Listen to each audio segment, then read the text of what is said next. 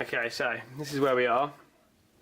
I know it looks a bit slapdash, but what we can do with this, it's cardboard, but the packing tape is completely, it was very easy to release from the resin. So the resin cannot stick to the packing tape. I've used it so many times and it works really, really well.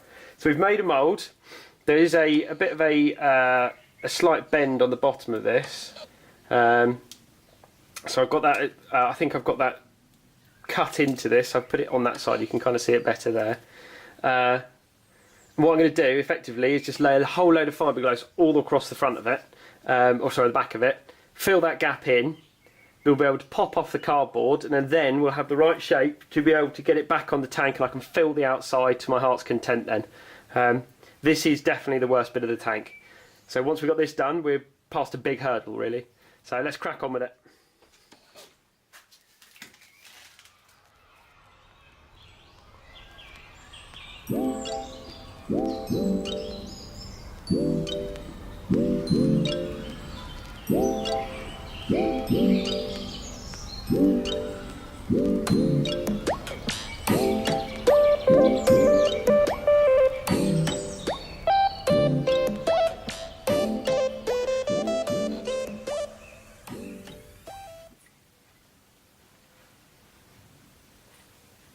It's not bad, is it? Yeah.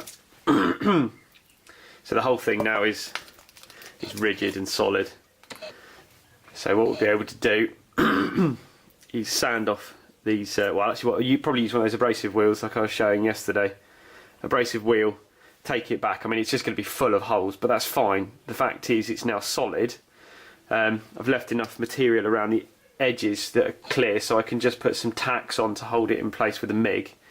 And then we can, as I say, abrasive wheel it, fill it, and it should be good as gold. Let's take it over here and have a look on the tank.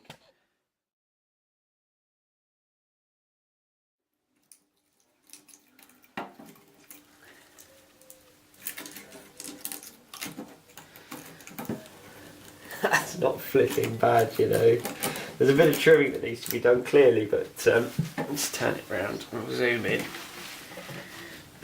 Once this edge is trimmed up, I think that's going to be pretty close, you know, guys.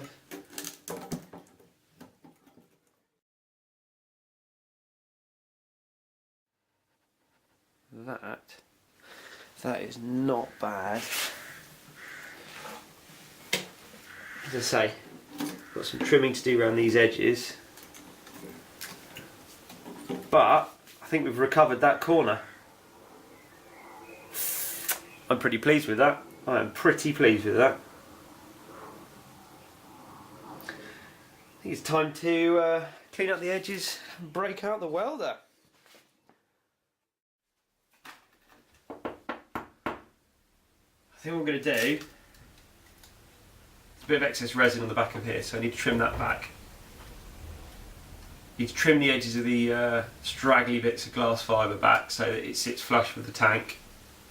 I'll try and do that so that it matches the other side, I think. Clean up the outside. And get my TIG sorted out. And hopefully TIG this to the tank so that it's all joined back up where it needs to be, and we can start thinking about cleaning back all of the rust which is now supported by the glass. Ready to fill. But we also have this, which needs a bit of TIG work as well. So this is the rear brake assembly from the Gilera, which is one of the few bits on that bike that had some pretty bad corrosion. So I've done some repair work to it, but there's a little bit of TIG work to join things back together. So I've got a little bit of cleaning to do on that, and it'll be a case of filling it, using a decent filler rod to TIG it together, and then making sure that the bore's drilled clean, ready for the brake pedal actuator lever thingy to go back in there. So let's crack on with, I think probably tank first, get this cleaned up, ready to go back on, and then we can start thinking about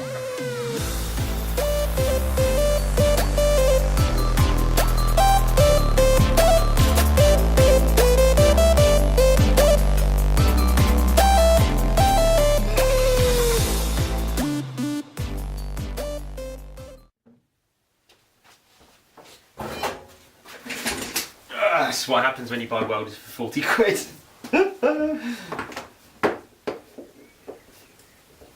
Is this going to be completely full of pink fuckets is the question.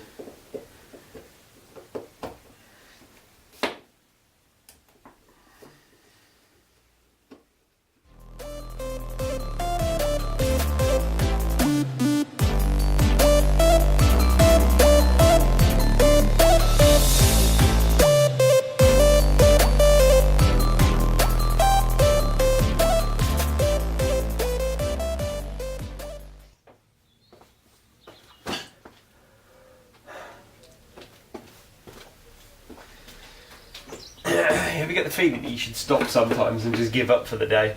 So I fixed the welding torch, so that's working now. Got my welding helmet out, and now that's run out of batteries. The batteries that I bought for it have gone missing, most likely ended up in children's toys or something like that.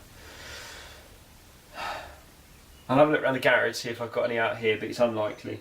I might have to give up for the day. Frustrating. No mind, no mind.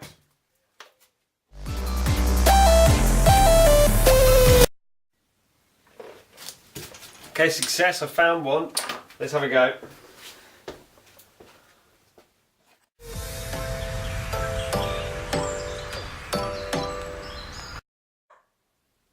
Right, tell you what, this is where we've got to.